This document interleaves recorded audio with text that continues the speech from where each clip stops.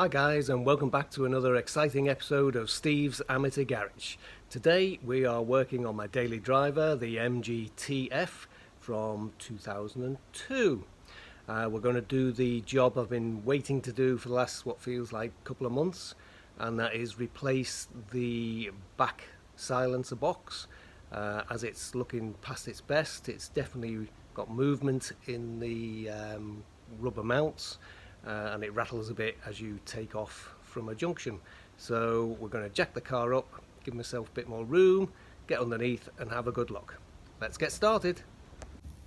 Here we are underneath the rear of the MGTF. There's the silencer, there's the dodgy rusty bit where the strap is. First job is we're going to loosen this strap bolt off, and we're going to take the whole bracket off that holds it to the rest of the exhaust with these two here, and then we'll have fun trying to release these two and trying to get these bolts out that hold the heat shield into place. They're probably going to have to be ground off because there's not much left of them. We have replacement ones for those. There we go. And here's the other side of the silencer, and just thought I'd show you why we're getting a bit of a rattle. You can see that sort of hooped bracket up there and its rubber mount, and you can see the rubber mount has basically given up the ghost. The hole is now fairly large and you can move that up and down fairly easily, so that's where the movement's coming from. We'll also have fun releasing these nuts, which there's not a lot of the nut left, so they'll be just ground straight off. Here we go.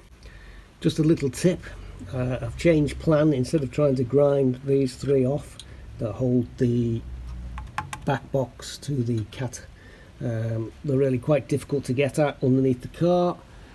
Far easier to just undo the three really good bolts that hold the cat to the front pipe and then just move the whole thing out and have a go at those once the thing's on the floor, not underneath the car. Okay, plan B didn't quite go as smoothly as planned. No surprise there. Basically, I couldn't get the exhaust with the cat on out from underneath. The O2 sensor is in the cat, and I'll show you where that disconnects in a minute. But B, the bumper, you just haven't got enough room to get the exhaust and the cat out the way, so you have to release the bumper slightly with a couple of screws, one down here, one up here. Self tapper goes right up there, both sides, and a couple of big bolts just underneath the cover, and they are here, right down here underneath the light cluster. I haven't taken the bumper completely off, but I've just pulled it out this way to give me a few inches of movement, and that's allowed me to get the exhaust tips through both sides. But then I realised that the O2 sensor is connected, and the connection is right up here, just by the fuel filter. A little bracket holding it to the body just by the shock absorber mount down there. So you have to undo that, unclip it, and then it will just slide through, and now the whole exhaust will come out. Success. Exhaust with back box with catalytic converter out, all in one piece. And now all I've got to do is work on those, well, we'll call them bolts, not much left of them.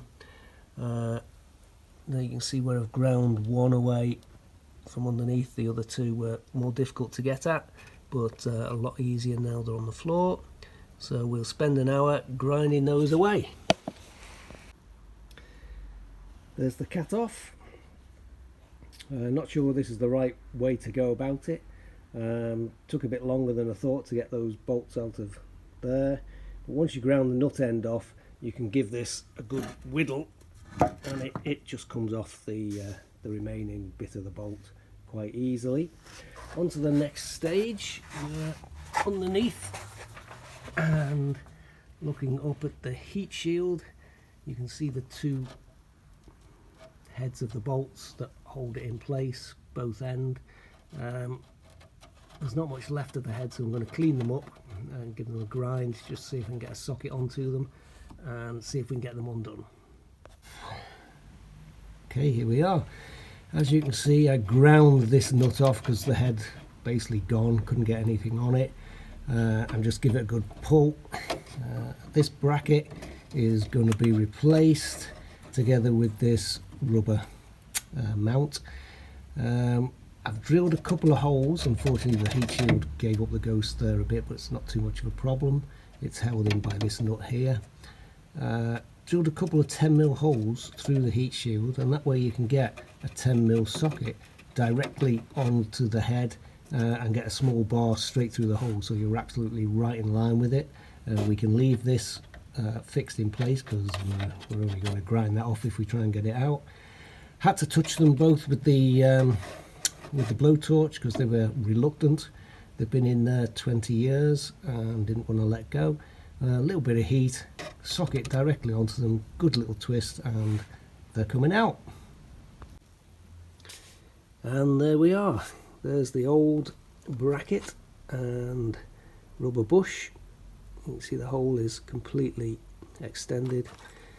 And there's the new ones, new brackets, new bolts to go with it. So we can start the reverse process. Hi, and many thanks for watching the video right to the end. We really appreciate it.